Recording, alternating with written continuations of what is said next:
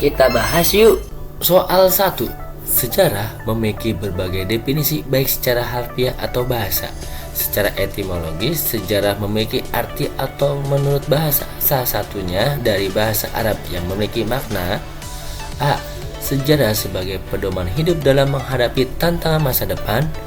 B. Sejarah menjadi pembelajaran untuk di masa yang mengalaminya. C. Sejarah sebagai peristiwa masa lalu yang dipelajari di masa sekarang.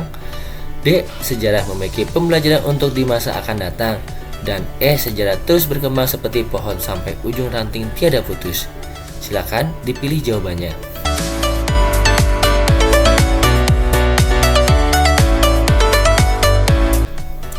Jawabannya adalah E. Sejarah terus berkembang seperti pohon sampai ujung ranting tiada putus. Karena menurut bahasa Arab, sejarah memiliki arti sajaratun yang berarti pohon. Soal 2. Perhatikan pernyataan berikut ini. 1. Perhimpunan Indonesia berdiri di Belanda tahun 1908. 2. Hiroshima 6 Agustus tahun 1945. 3. Proklamasi kemerdekaan 17 Agustus tahun 1945. 4. Tahun 1995 Belanda mendarat di Banten. 5. POC dibubarkan pada tanggal 31 Desember 1799. Pernyataan yang menunjuk pada konsep ruang dan waktu adalah A. 1, 2, dan 3. B. 2, 3, dan 4.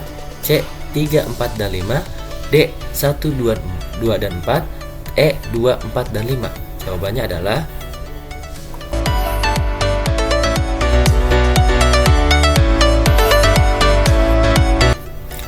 adalah D. 1, 2, dan 4. Karena nomor 1, 2, dan 3 menunjukkan konsep ruang dan waktu, yaitu ada tempat serta waktu kejadian. Perhatikan teks berikut ini. PKI akhirnya tergelincir dalam pemberontakan ketika organisasi ini tidak dapat memutuskan apakah harus membubarkan Serikat Rakyat dalam rangka mempertahankan sifat proletarnya ataukah tidak. Pada bulan Desember 1924 diputuskan untuk bersiap-siap mengadakan pemberontakan. PKI di Jawa dikecam oleh Komintern Kepengasingan, terutama Semaun dan Tamalaka. Tetapi partai ini tetap tegar. Dari kutipan tersebut, yang termasuk kategori waktu dalam sejarah adalah A. Desember 1924. B. Pemberontakan. C. Pengasingan. D. PKI. Dan E. Tamalaka. Jawabannya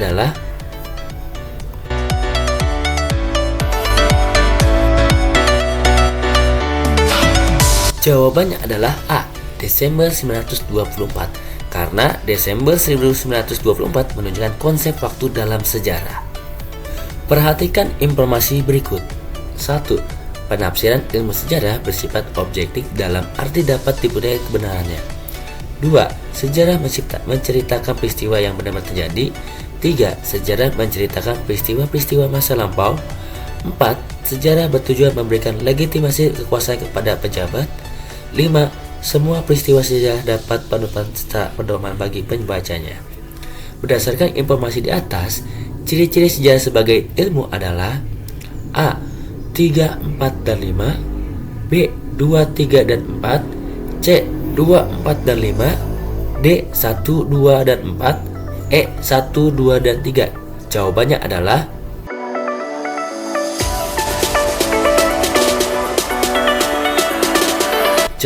adalah E. 1, 2, dan 3. Berikut ini merupakan syarat sejarah sebagai peristiwa adalah A. Objektif, empiris, dan penting. B. Memiliki teori, objektif, dan penting. C. Objektif, unik, dan penting. D. Unik, memiliki teori, dan penting. E. Empiris, unik, dan penting.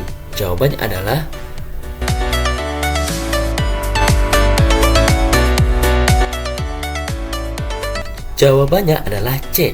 Objektif, unik, dan penting.